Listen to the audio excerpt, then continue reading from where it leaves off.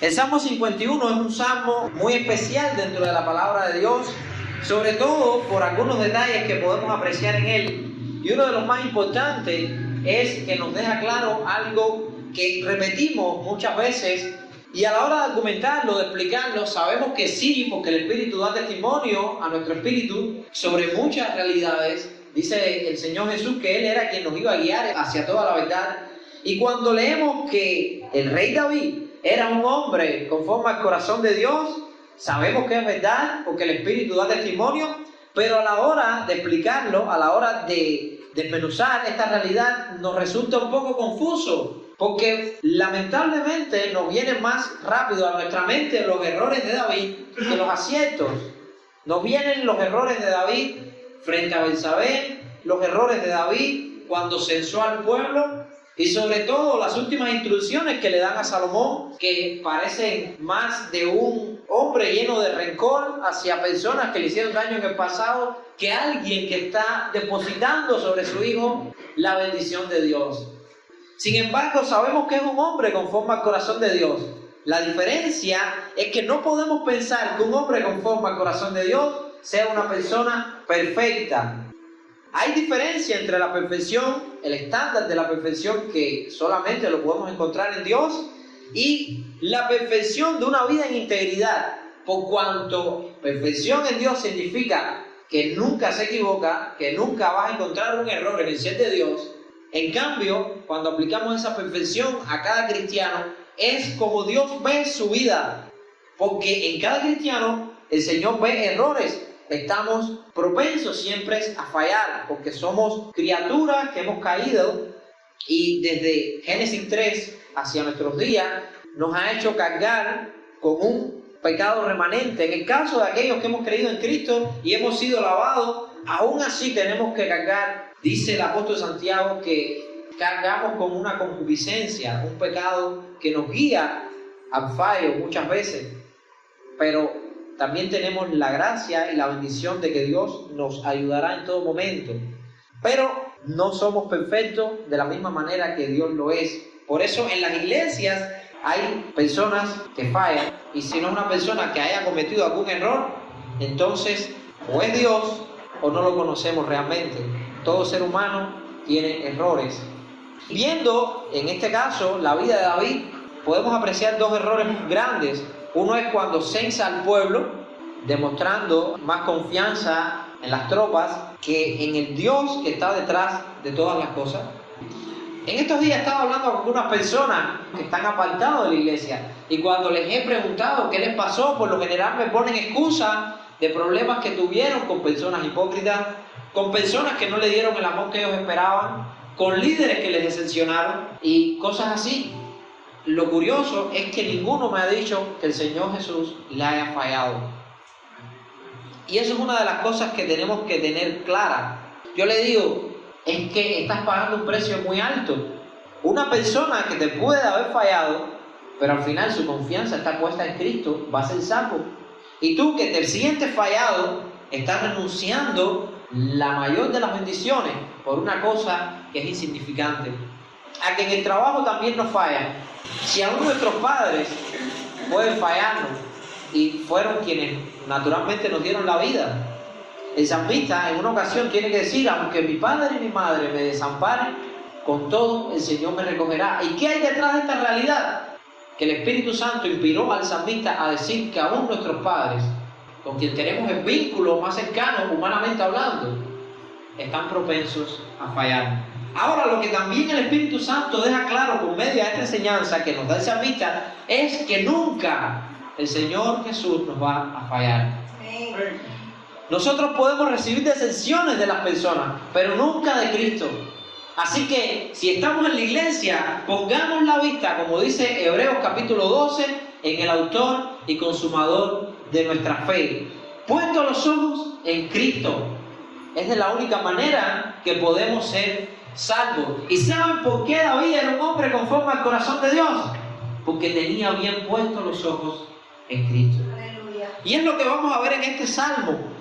Tengo algunos apuntes aquí con respecto también a la persona y la obra del Espíritu Santo, de una serie de estudios que quise dar un tiempo sobre neumatología, que es la rama de la teología que estudia la persona, la obra y funciones del Espíritu Santo como obrero trinitario. Saben, el Espíritu es una de las 3 personas de la Trinidad, pero vamos a estar haciendo un balance hoy entre la aplicación práctica de este salmo y la connotación bíblica teológica del mismo. Pero quiero centrarme más en que la palabra habla a nuestras vidas. Dice, lo primero que encontramos, una nota que viene de la tradición, que este es el salmo que escribió David luego de que se llegara a Betsabé y viniera a él el profeta Natán y lo amonestara. ¿Y cómo empieza? Ten piedad de mí. Lo primero que pide el salmista, lo primero que hace un corazón guiado por el Espíritu Santo cuando va a Dios en oración, es pedir misericordia.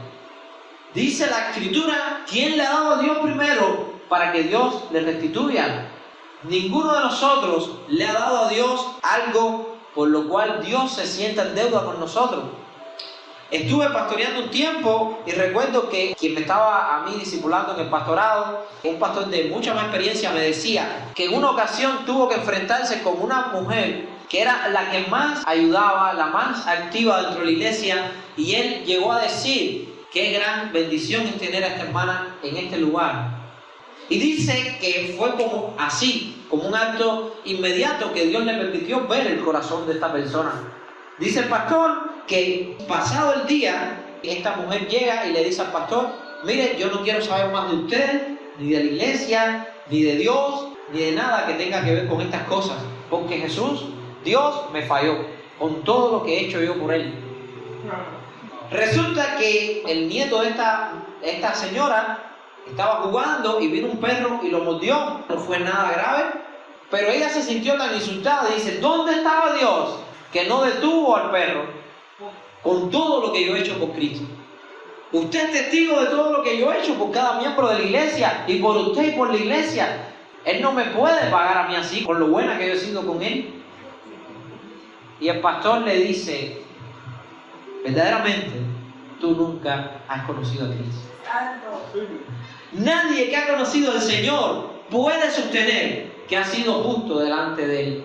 Delante de la misericordia del Señor, nuestra justicia, dice la palabra, que es como un trapo inmundo. Algo que nadie quiere ver ni tocar, algo que nos da ganas incluso de vomitar. Así es nuestra justicia delante de Dios. Y esta persona creía que podía ser justo delante de Dios.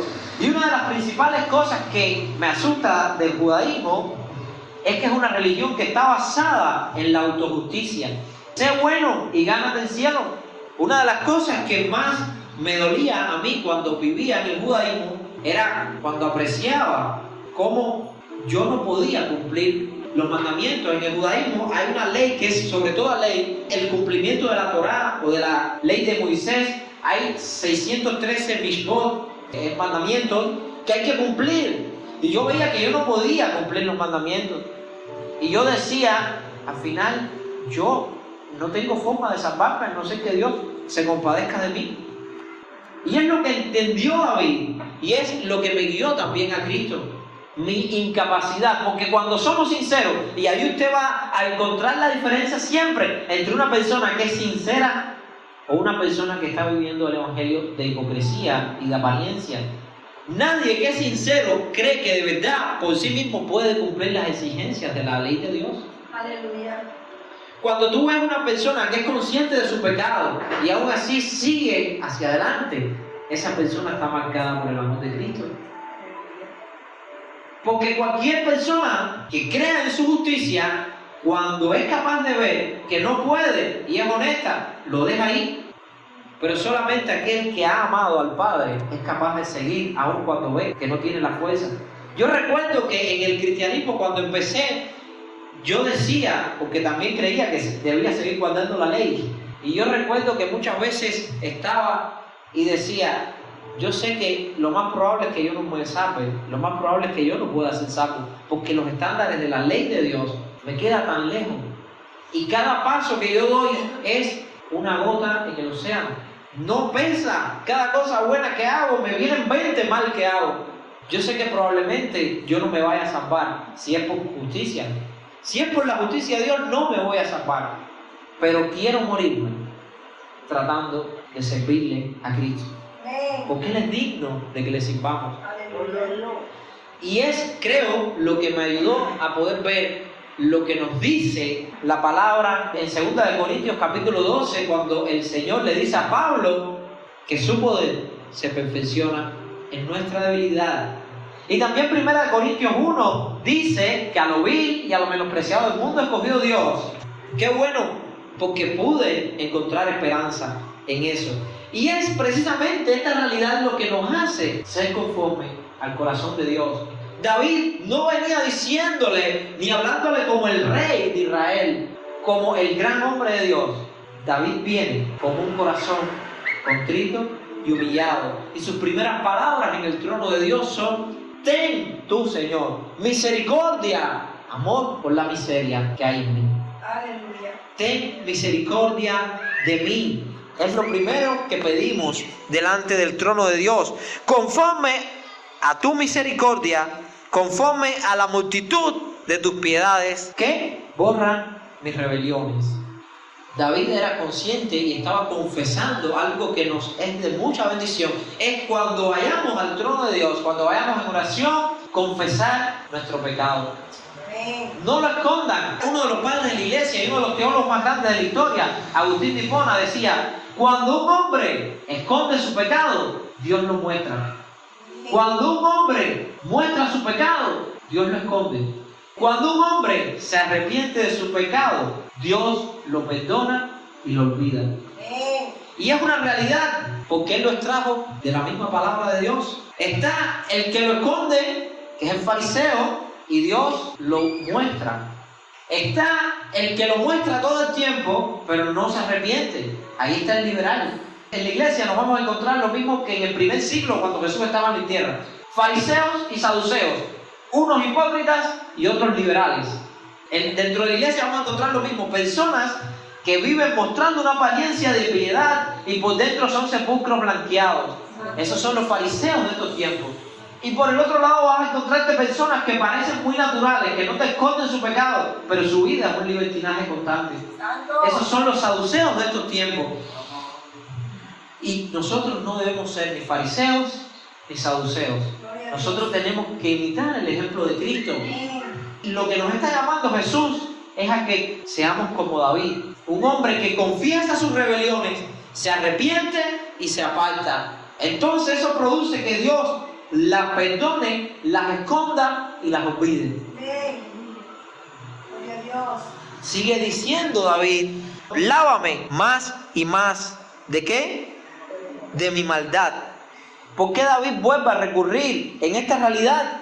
Porque solamente alguien que conoce lo suficiente a Dios puede conocerse lo suficiente a sí mismo. Yo recuerdo que cuando estudiaba alguna de las herramientas de la psicología, porque mi abuelo se me enfermó de esquizofrenia y mi abuelo era como mi papá, fue quien me crió, yo pensaba que por medio del estudio de la psicología iba a poder ayudarlo. Fue una gran frustración. Pero el conocimiento que adquirí de la psicología en aquel tiempo, porque lo estudié como obsesión para poder ayudar a mi abuelo, al final eso me hizo ir a Cristo, porque me di cuenta que solamente Cristo podía curar cosas así.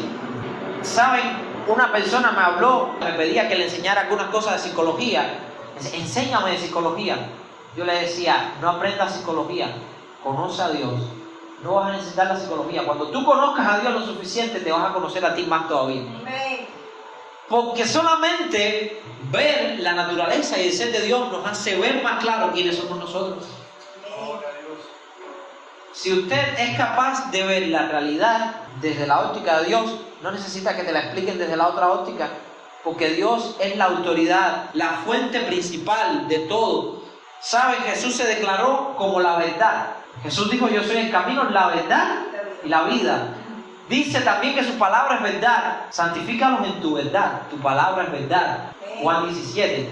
La obsesión de Cristo con la verdad y al revelarse como la verdad encarnada nos dice mucho. ¿Saben cuál es el concepto de la verdad? ¿Qué es la verdad? El concepto más básico de la verdad, hay una rama de la teología que se dedica a estudiar nada más que la verdad, se llama peritología, La verdad es todo aquello que se corresponde con la realidad. Entonces, ¿qué está diciendo Cristo cuando dice que Él es la verdad? Yo soy la realidad. Todo lo que te puedan decir fuera de Cristo, si no coincide con Él, no es real, no es la verdad. Por eso es que como Cristo es uno y es absoluto, no podemos creer en las verdades relativas que predican los humanistas de estos tiempos. La verdad no es relativa, es absoluta, es una persona y es Jesucristo revelado en su palabra. ¿Qué nos está diciendo? Nosotros debemos ser genuinos. Y es lo que está tratando de ser David. David, al conocer a Dios, y vamos a ver que tenía un conocimiento bastante profundo del ser de Dios, se podía conocer a él mismo. ¿Qué rey va delante de su Dios con tanta humildad como David? Bueno, David sabía lo que era estar solo. David sabía lo que era ser el menor de 7 hermanos y que ni su padre se acordara de él. De que su padre haya sido un mal padre que lo mandaba a hacer trabajo de esclavo. Díganme, ¿qué infancia para un niño que con 17 años tenga que decir delante de un rey: no, yo me voy a enfrentar a ese gigante? Si total, yo me he enfrentado a lobos, a leones, para salvar las ovejas de mi padre. Y miren qué enseñanza. Como mismo Dios ha entregado a estos animales en mi mano, va a entregar a este filisteo. Eso es fe. Fe como pocas veces la vas a encontrar. ¿A quién estaba entregando Isaí? Isaí, el padre de David, estaba entregando a su hijo a peligro de lobos, de osos y de leones. Pero su hijo decía, en Salmo 23, el Señor es mi pastor. El padre que debía pastorear a su hijo, no lo hacía. Entonces, ¿a quién se encomendó? Al Señor. Yo recomiendo que si quieres ser una persona, un hombre, una mujer conforme al corazón de Dios, imites a David en esto, en que el Señor sea tu pastor y verás que nada te faltará.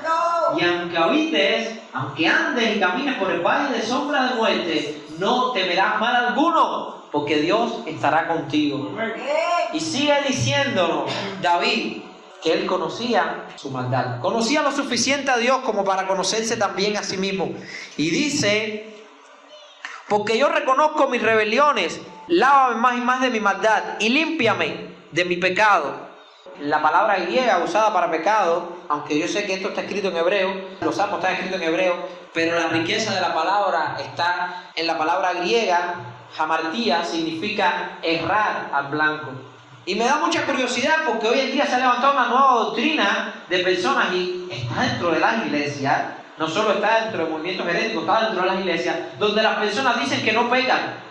Hay un movimiento que se llama completa santificación dentro del wesleyanismo, lamentablemente viene dentro de nuestra tradición teológica, que dice que nosotros no pecamos, que nosotros nos equivocamos. El cristiano no es que peque, es que se puede equivocar, pero no peca. Porque dice que quien es nacido de Dios no peca. Y hay que tener cuidado porque después el mismo apóstol Juan, en primera de Juan, que es donde está este texto, dice: no peca, no practica el pecado como estilo de vida. En el mismo primera de Juan dice que si alguno dice que no peca, es mentiroso y la verdad no está en él. Si alguno dice que no tuviera pecado, el tal es mentiroso. Pecar es errar al blanco. Así que esos que dicen que se equivocan, que no pecan, yo me equivoco, no doy en el blanco. Bueno, esa es la mejor definición en el término griego de lo que es pecar. Muchas veces hacemos cosas con buenas intenciones y pensamos que como lo hicimos con buenas intenciones no tenemos que arrepentirnos porque no es pecado. No. David se arrepintió de su pecado. Hay algo que me enseñaron a mí cuando empecé en mi vida cristiana y me decían: mira, si tú tienes dudas de que si esto es pecado o no, tú igual confiésalo y pídele perdón al Padre. ¿Qué puede pasar? David incluso decía: líbrame de los que me son ocultos. Porque era consciente de que se le podía olvidar algún pecado. David era tan consciente de su realidad que sabía que en nuestra naturaleza muchas veces fallamos aún sin darnos cuenta. Por eso era consciente de su realidad, porque conocía lo suficiente a Dios y las perfecciones de Dios, que decía: líbrame aún de mis pecados ocultos. Y sigue diciendo: porque yo reconozco mis rebeliones. ¿Se acuerdan lo que le dice Samuel a la hora de desechar a Saúl? Porque como pecado de idolatría e ídolo es la rebelión. Y David se reconoce como un hombre que tiene rebeliones. Y mi pecado está siempre delante de mí. Por eso es un hombre conforme al corazón de Dios, porque veía sus faltas. David no era, en la parábola del fariseo y publicano, David no era el fariseo. ¿Y qué nos dice Jesús? Que quien volvió a la casa, primeramente perdonado y justificado, declarado justo, fue aquel publicano que decía: Señor, ten misericordia de mí, que soy pecador. Santo. Más bien, este salmo es una guía. Tú quieres que digan que eres un hombre conforme al corazón de Dios. ¿Quién no quiere escuchar eso? Que Dios diga: este es un hombre conforme a mi corazón. Esta es la guía. Este Salmo 51 es la guía. Dice que se gloriaba el Señor de Job, diciéndole al maligno: ¿no has visto a mi siervo Job, varón justo y apartado del mal, que no hay otro como él en la tierra? Y vemos que Job en la prueba se tambalea muchas veces y tiene que venir en el capítulo 38 el Señor de un torbellino y decirle: ¿quién es este que oscurece el consejo con palabras vanas? Solamente cuando somos conscientes de nuestra maldad, de nuestro pecado, podemos agradar a Dios. Porque solamente aquel que es consciente de su pecado puede combatir efectivamente. Porque el que vive engañado y cree que es perfecto, ni siquiera es consciente de su realidad. Es como aquel hombre rico que después de hacer riquezas en esta tierra, digo: descansa, oh alma mía, porque tienes muchos bienes para mucho tiempo. Y el Señor lo ve. Jesús, viendo aquello, le dice: hombre necio, ¿no sabes que vienen por ti a pedir tu alma esta noche? ¿Y qué va a hacer de todo aquello que enriqueciste? ¿Qué va a hacer de todo? Salomón sí era consciente de eso y decía en Eclesiastés: ¿de qué me vale tanta riqueza si yo no sé el que viene detrás de mí, si va a ser sabio o no? Y qué claro estaba Salomón, porque su hijo Roboam no era para nada sabio. Y le bastó un día en el poder para destruir lo que su padre había construido y su abuelo había también construido. Así que tenemos que tener conciencia de nuestra finitud, tener conciencia de que es mejor buscar el reino de los cielos que su justicia y dejar que todo lo demás venga como añadidura. Dice el Señor que todos nuestros cabellos están contados. Dios tiene conocimiento aún de lo más insignificante de nuestras vidas. Dice también que no cae un pájaro a tierra sin que el Señor lo decida. Y dice: ¿no valen ustedes, oh hombres de poca fe, más que todos estos pájaros? Y si Dios, que tiene cuidado de esas aves, ¿no lo va a tener de ti? Dios tiene cuidado de nosotros. Lo que nuestra poca fe es lo que muchas veces nos impide ver la misericordia y la gracia de Dios. Lo que pasa es que David podía ver cara a cara su pecado y decía: contra ti solo he pecado y he hecho lo malo. No sé si se dan cuenta, pero he leído y en cada versículo David lo único que dice es: soy malo, Señor, perdóname.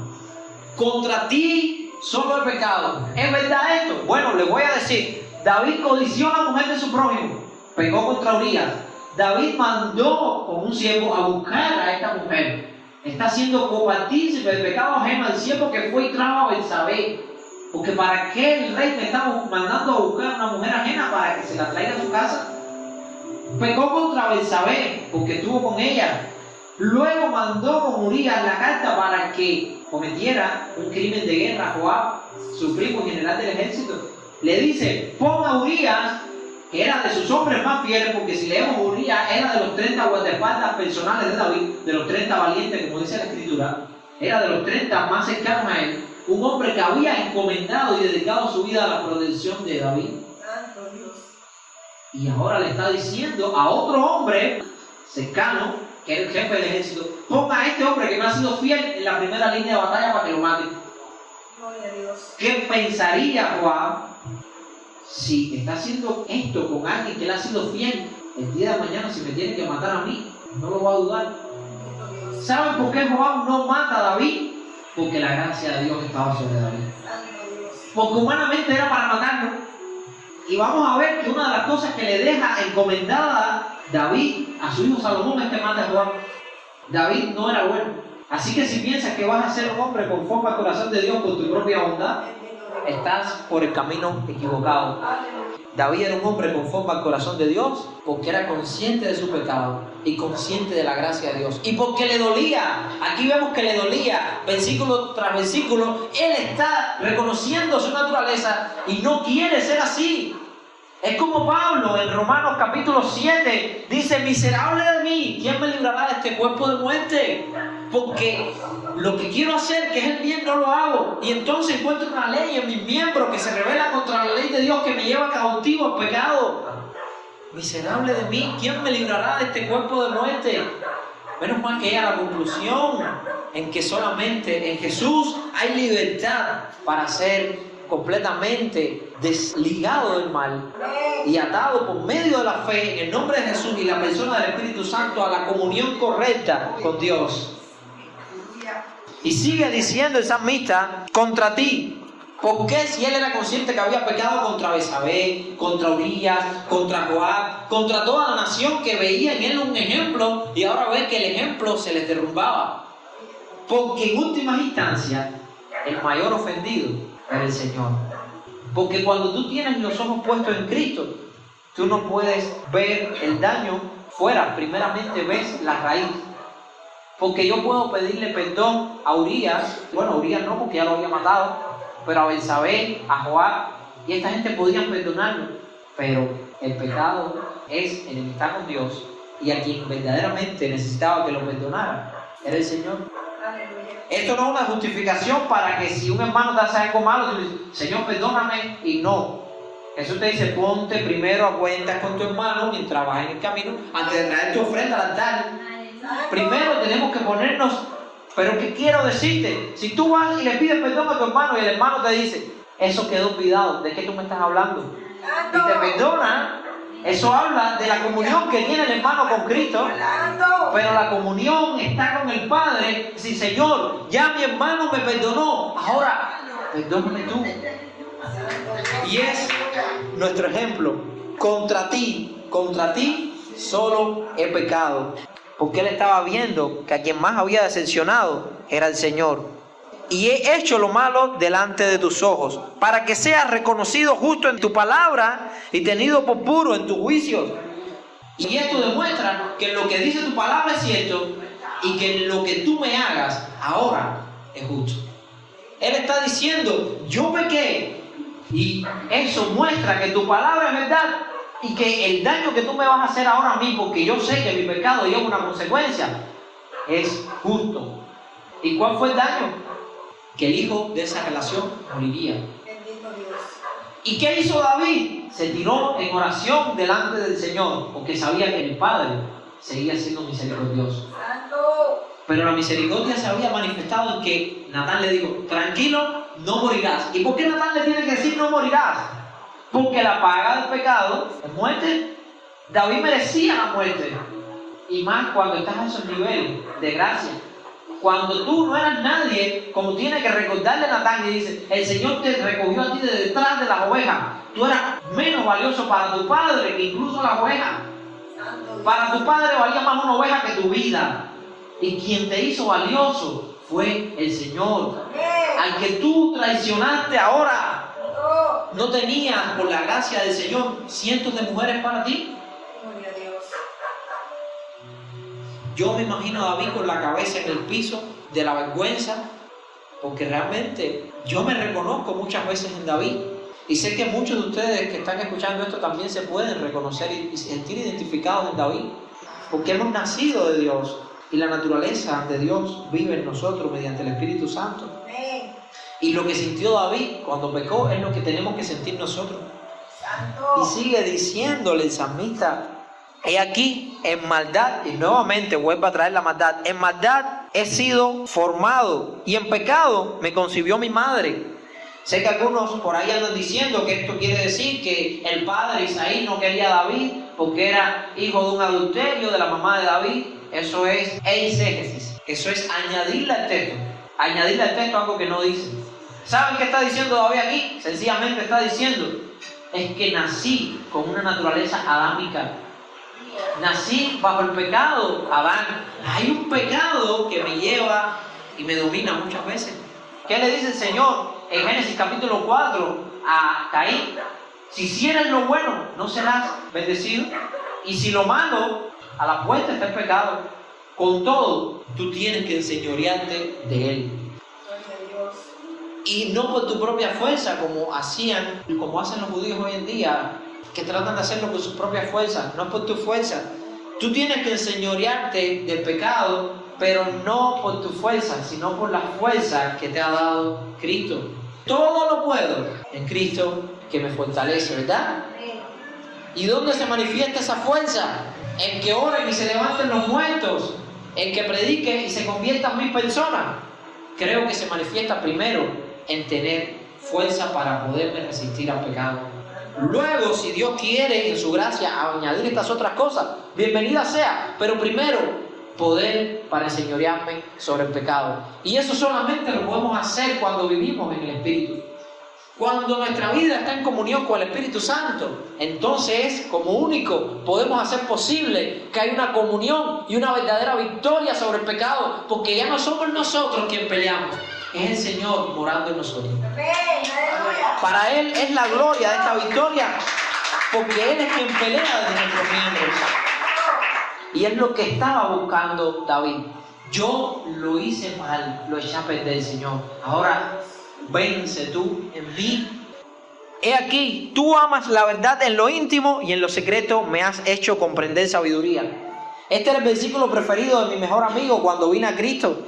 Y yo no entendía por qué él lo veía tan claro, por qué le gustaba tanto. Y después un día analizándolo pude entender en nuestra intimidad con el Señor. ¿Y cuál es la intimidad con el Señor? Nuestro tiempo de oración, de súplica. Nuestra oración tiene que tener acción de gracias, alabanza, confesión y petición. Son 4 elementos que no debieran faltar en nuestra oración. Primeramente, alabanza a su nombre. Hay que alabar a Dios por lo que Él es, por lo que hizo y por lo que hará. Amén. No solo hay que alabarlo, también hay que tener acciones de gracias con el Señor. Aleluya. Alabanza, acciones de gracias, confesión, Amén. confesarle nuestros pecados, Gloria a Dios. y peticiones. Esos son 4 elementos que deben estar en nuestras oraciones. Y en esos elementos, cuando estemos alabando a Dios, tenemos que hacerlo con sinceridad. Amén. Cuando estemos teniendo acciones de gracia, tenemos que agradecerle con sinceridad. Cuando estemos confesando nuestros pecados delante de Dios, no podemos esconder nada. Tenemos que confesarlo crudo y tal y como es. Así se vio David y así se lo hizo entender en este Salmo al Padre. Mira, yo me rebelé, yo hice lo malo, yo estoy mal. Yo pequé contra ti, Señor. Y cuando vayamos a pedirle, vamos a tratar de pedirle cosas realistas. Señor, ayúdame a ser mejor cristiano. Esta es mi petición. Mi petición es que tú me ayudes a mañana levantarme y ser mejor que hoy. Santo. Pero no a los ojos de los demás, sino a los ojos tuyos. Amén. Por eso es que dice que Dios ama la verdad en lo íntimo. Y en esa intimidad, en ese espacio secreto que tenemos con el Señor, entonces Él, en respuesta a nuestras palabras, porque la oración no es un monólogo, no es yo hablando, también Dios me habla, entonces la respuesta a mi oración es que Él me hace entender sabiduría. Amén.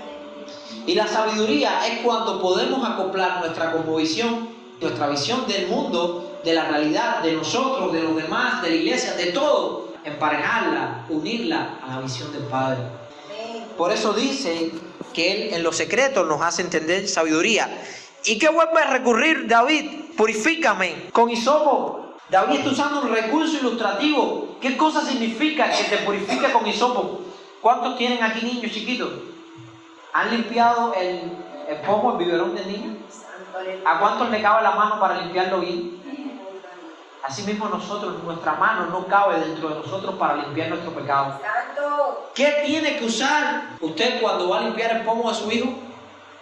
Un hisopo. ¿Qué cosa es un hisopo? Es una herramienta que entra dentro de él para poder limpiar. Asimismo, pudiéramos decir que una de las funciones del Espíritu Santo, como el Parácletos de Dios, es ser ese hisopo en las manos del Padre para limpiar nuestra alma. Así que proféticamente David está hablando de la obra del Espíritu Santo, aunque él, por la limitación de su tiempo, estamos hablando probablemente del año 1100 a.C., él no tenía la revelación de Cristo, pero ya proféticamente estaba pudiendo ver la realidad, podía ver la realidad. Él necesitaba que Dios usara su Espíritu para limpiarlo por dentro. Aleluya. Y nosotros también. Así que no tengamos temor de decirle, purifícame con hisopo, y entonces seré limpio. No cuando me limpie yo, no cuando me perdone Belsabé, cuando me perdone Joab, sino cuando tú, Señor, me purifiques por dentro. Lávame y seré entonces más blanco que la nieve. Isaías 1:18 dice, ven y estemos a cuenta. Si tus pecados fueran como el carmesí, vendrán a ser más blancos que la lana y que la nieve. Pero para eso tenemos que ir y estar a cuentas con Dios. Amén. Estemos siempre a cuentas con Dios. ¿Qué es estar a cuentas? Miren, el que trabaja en una cafetería, en algún negocio todas las noches, cuando va a entregar el turno, está a cuentas. ¿Por qué? Porque estar a cuentas te exonera, te deja libre de toda culpa, de todo robo, de todo fraude. Tú estás haciendo un ejercicio de limpieza. Así debiéramos todas las noches ir delante del Señor y estar a cuentas con Él. Y es lo que dice Isaías 1:18. Y es lo que está diciendo también David en este lugar. Hazme oír gozo y alegría, y entonces se recrearán los huesos que has abatido. Alguna corriente de judaísmo del Antiguo Testamento, muchos judíos creían en aquel tiempo de que el alma del ser humano moraba dentro de los huesos. ¿Han escuchado en Ezequiel la ilustración del valle de los huesos secos? Aquí se ve más clara la petición: darle espíritu a esos huesos. No puedo, eso solo lo puedes hacer tú, Señor. ¿Vivirán estos huesos? Si tú quieres. Como mismo soplaste espíritu y aliento de vida en Adán, lo puedes hacer en estos huesos. ¿Qué dice David? Mi espíritu está ahora mismo que desfallece, que se muere dentro de mí. Si tu Espíritu Santo me devuelve el gozo de mi salvación, como le va a decir más adelante, entonces mi espíritu volverá a tener vida. ¿Saben qué es el espíritu? El espíritu es la parte de nuestro ser que nos relaciona con Dios. Nosotros nos comunicamos con Dios mediante el espíritu, en una conexión espiritual. El alma, el cuerpo y el espíritu son diferentes áreas del ser. Así que el espíritu es quien nos conecta con Dios. Y David le estaba diciendo: Señor, hazme oír gozo y alegría. Porque David, si quería escuchar gozo y alegría, podía hacer como hacía erradamente Saúl: tráigame un músico que me cante. Sin embargo, él dice: yo no voy a hacer el error de Saúl, yo no voy a cometer ese error. Yo voy a esperar que seas tú quien me traigas el gozo y la alegría. No quiero hacerlo yo, no quiero arreglar las cosas por mí. Arréglalas tú, porque cuando las arreglo yo, termino poniéndolas peor. Y sigue comentando. Dice: hazme oír gozo y alegría, y se recrearán los huesos o el espíritu que tú has abatido. Esconde tu rostro de mi pecado. Esto es un hebraísmo, una forma, un recurso de decir: no mires, Señor, no mires mi maldad. Por favor, no lo hagas, porque si la miras, te vas a sentir mal conmigo. Yo no la ignoro, pero por favor, ignórala tú un poco, límpiala, quítala de mí. No me trates conforme a esta realidad. Y borra todas mis maldades. Primero le dice: esconde tu rostro, pero bórralo. No es que lo escondas y me trates como si yo no me equivocara, sino que no lo mires, pero por favor, si no te molestia, por favor, bórralo. Ven, siempre David en todos los versículos habla de su pecado. Es vez tras vez volviendo a la realidad de que hemos pecado. Crea en mí, oh Dios, un corazón limpio y renueva un espíritu recto dentro de mí. Por eso lo de los huesos, aquí ya lo dice más claro. Crea en mí. Un hombre conforme al corazón de Dios es un hombre que tiene el corazón, vamos a decirlo así, y es un recurso que quiero usar, como el camaleón, que a cada rato está cambiando el color. Nuestro corazón tiene que ser cada vez renovado y distinto. ¿Por qué? Por lo que está diciendo aquí David. Créame otro corazón. Nuestro corazón tiene que ser siempre cambiante, siempre tiene que ser nuevo, siempre tiene que renacer. En cada caída tiene que renacer a la imagen de Cristo. Amén. Así que cada vez que caigamos, tratemos que eso sea una oportunidad para, como el camaleón cambia de color, nuestro corazón cambie de actitud, pero no en pos del mundo, no en pos del pecado, sino en pos de Cristo, en pos de Dios. Crea en mí, oh Dios, un corazón limpio. No es que cambie el corazón así, sino que cambie el corazón porque ya lo ensucié. Es como la ropa. ¿Quién que llega a la casa, por muy linda que sea la ropa, y se le ensució en un charco, la guarda en el escaparate, la guarda y dice, para cuando tenga que volver a salir. Si no la limpias, no te la vas a poner. De la misma manera, si somos capaces, como decía Jesús, de darnos cuenta de estas cosas, vamos a aplicarle en todo. Si fallamos a Dios, vamos a resolver esto. Vamos a cambiar el corazón, vamos a limpiar el corazón. Y es lo que está tratando de decir. Y renueva espíritu recto dentro de mí. Haz que por la influencia de tu Espíritu Santo, mi espíritu afine la trayectoria.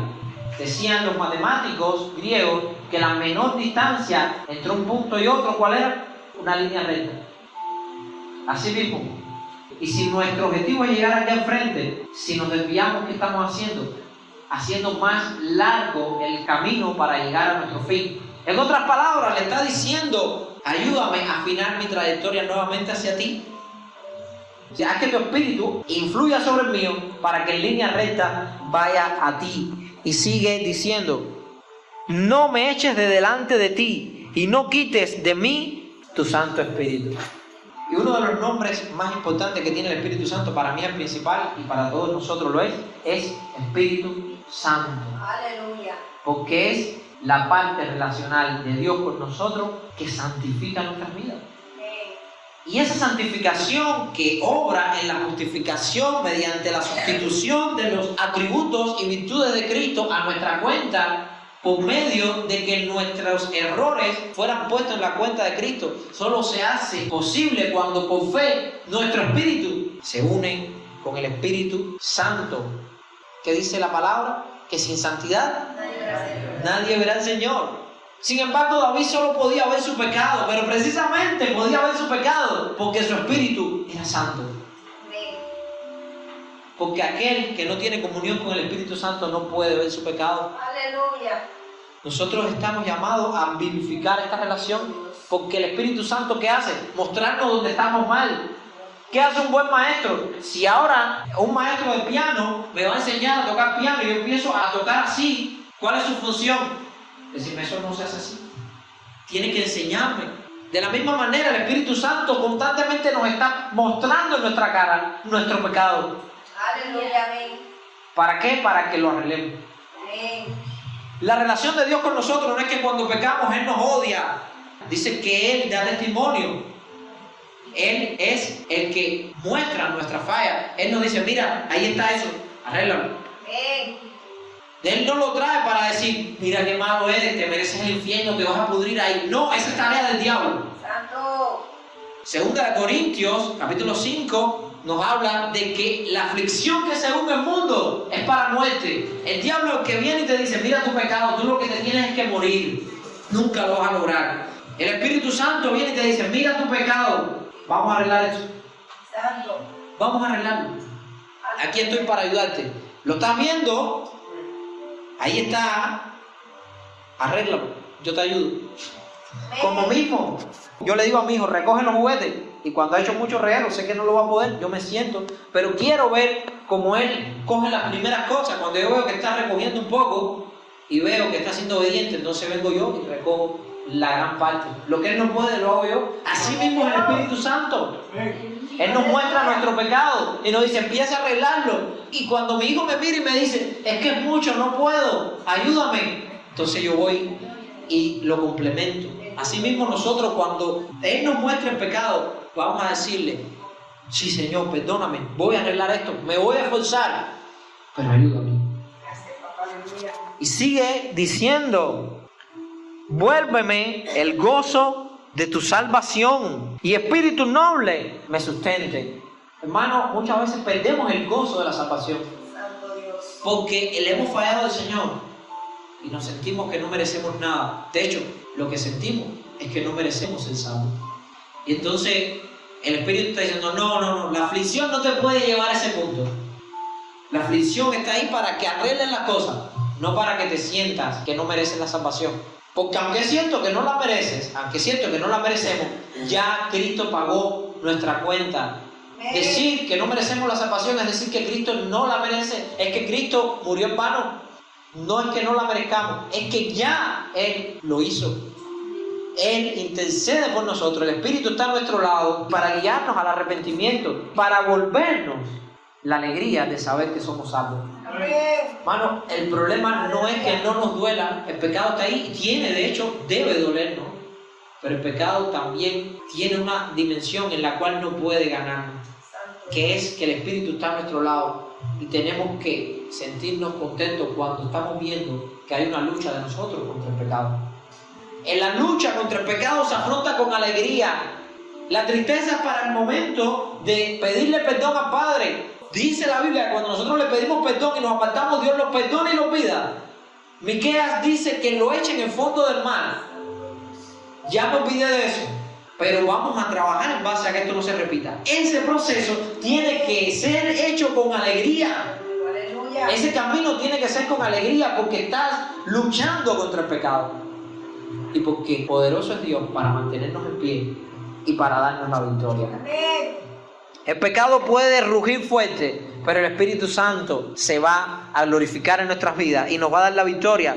Vuélveme el gozo de tu salvación y espíritu noble me sustente. No solo es que tú me vuelvas el gozo, sino que tu espíritu me siga sosteniendo para no volver ahí. Amén. Miren, David después de Betsabé cometió muchos pecados más, pero no volvió al mismo. Ahí vemos una evolución. Gloria a Dios. Y es lo que está diciendo. Así que el Señor, por lo visto, le complació, le contestó favorablemente la oración. Entonces enseñaré a los transgresores tus caminos. Restáurame para que los transgresores vean, para que las personas que se burlen, para que las personas que vieron en mí un ejemplo y que los decepcioné, vean también un ejemplo en que me arrepentí y tú me restauraste. Para que cuando ellos fallen, vean también que si se arrepienten, tú eres misericordioso para perdonar. Gloria a Dios. Aleluya. Santo. Y entonces los pecadores se convertirán a ti. Aleluya. Líbrame de homicidios, oh Dios, Dios de mi salvación. Cantará mi lengua tu justicia. Luego de nuestro proceso, luego que hemos pasado por ese proceso tan duro, entonces, mis hermanos, podemos hablar desde la experiencia. No recomiendo pasar por estos procesos para tener experiencia, pero si ya que pasaste por ahí, por lo menos llévate una buena lección.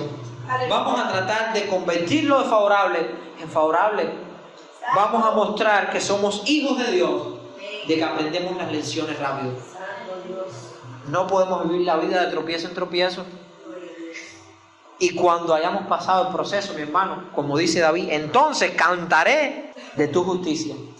Fíjate que no va a cantar de su misericordia, sino de su justicia. Dios me castigó cuando hizo lo malo. Ese era el cántico de David. Dios es justo. Mi Dios no es como yo. Si mi hijo se porta mal, yo trato de pasarle la mano.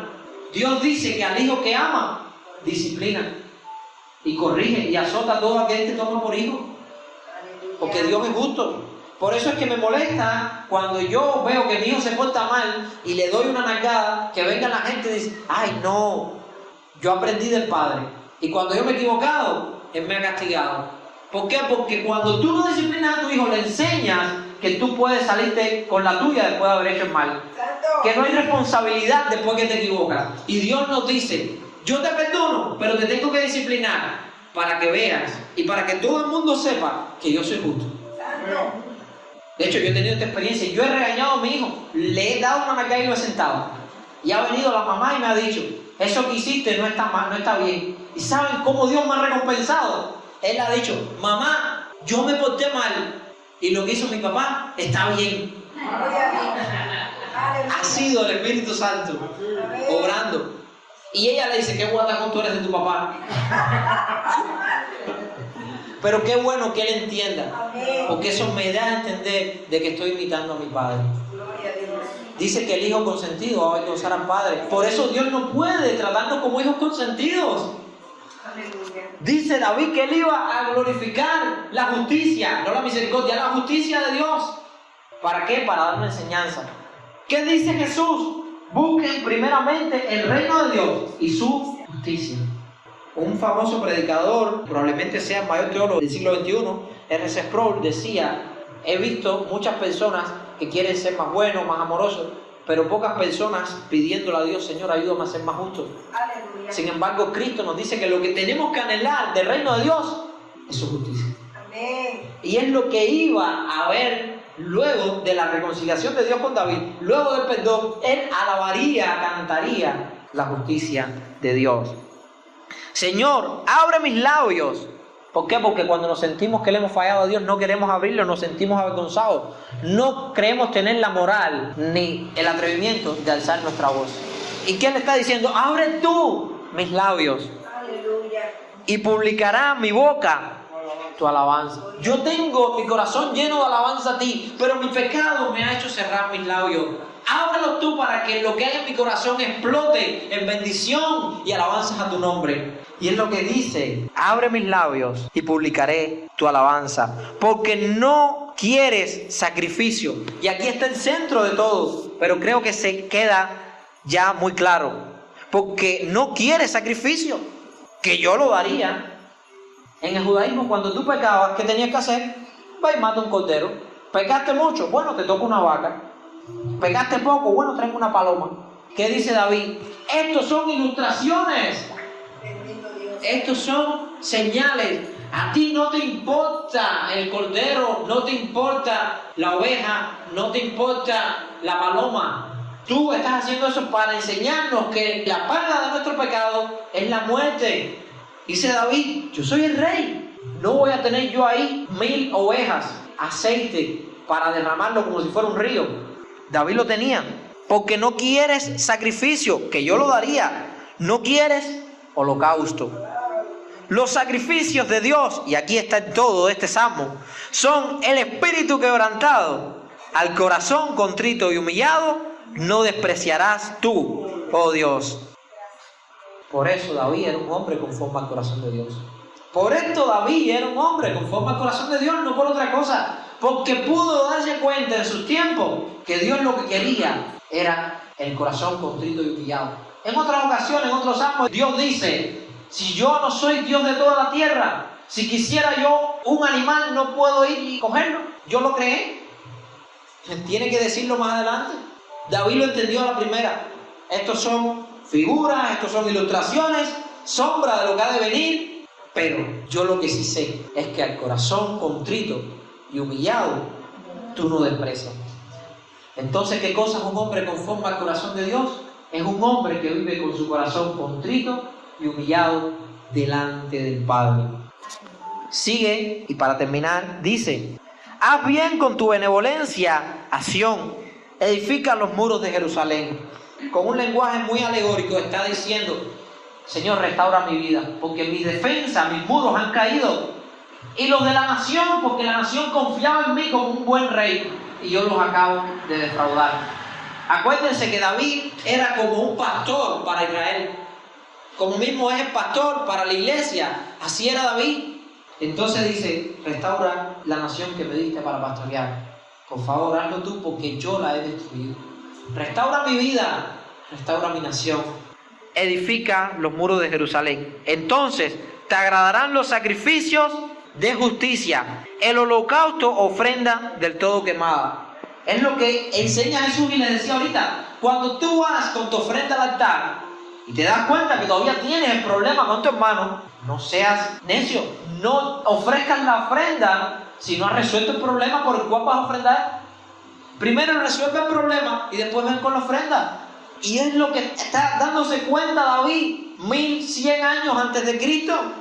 Primero resuelvo el problema contigo, primero resuelvo el problema con mi hermano, y después, entonces yo ya tendré tiempo de ofrecerte 2 carneros, 4 palomas, lo que tú quieras, que era lo que pasaba en aquella época. El holocausto, ofrenda de todo quemada. Entonces ofreceré becerros sobre tu altar. Hasta aquí creo que ha quedado claro. Creo que sabemos lo que es un corazón conforme a la voluntad de Dios. Vamos a orar, pero le agradezco a Dios porque he podido dar todo lo que traía y todo lo que el Señor traía no para darles a ustedes, para darnos a todos, porque yo lo recibo igual que ustedes. Vamos a orar y bendecir a Dios. Señor, gracias. Gracias por recordarnos cómo tenemos que ser, Padre. ¿Cómo tiene que ser nuestro corazón, Señor? Contrito y humillado delante de ti. Ahora te pedimos en esta noche que por favor avives del Espíritu Santo que ha puesto en nosotros la necesidad de estar en relación contigo. Aumenta, Señor, aviva tu obra en medio de estos tiempos. Te pedimos, Señor, que aumentes tu misericordia sobre nuestras vidas, Señor. Gracias, Padre. A ti sea la gloria por siempre, porque nos acabas de recordar, Señor, que tenemos que poner siempre nuestros ojos en ti, Señor. Que nuestra recompensa proviene de ti, Señor. Nuestro galardón está en ti. Ayúdanos a tener este mismo sentir que hubo en Cristo, Señor. Que siendo en forma de Dios, no estimó el ser igual a Dios como cosa que aferrarse, sino que se despojó a sí mismo. Ayúdanos, Señor, a despojarnos de nosotros mismos por tal de beneficiar la obra de tu Evangelio, Señor. Ayúdanos a ser testimonios vivos, Señor. Ayúdanos a vivir una vida de arrepentimiento y fe para la gloria de tu nombre. Ayúdanos a moldear nuestro corazón y ser como el barro en las manos del alfarero, Padre, para que tome forma, pero no a nuestra voluntad, Señor, sino a la tuya, que es agradable y perfecta, que es justa y no añade tristeza, Señor. Gracias por esta palabra. A ti sea la gloria, Padre. Gracias. Ahora haz la obra como tú lo has dicho en tu palabra, que tu palabra no vuelve vacía, sino que cumple el efecto por el cual tú la traes. Te pido que en mi vida se cumpla esta palabra. Te pido que en la vida de mis hermanos también, Señor. Gracias porque has tenido misericordia de nosotros para regalarnos este salmo y esta enseñanza de este salmo. A ti sea la gloria por los siglos. En el nombre de Jesús oramos. Amén.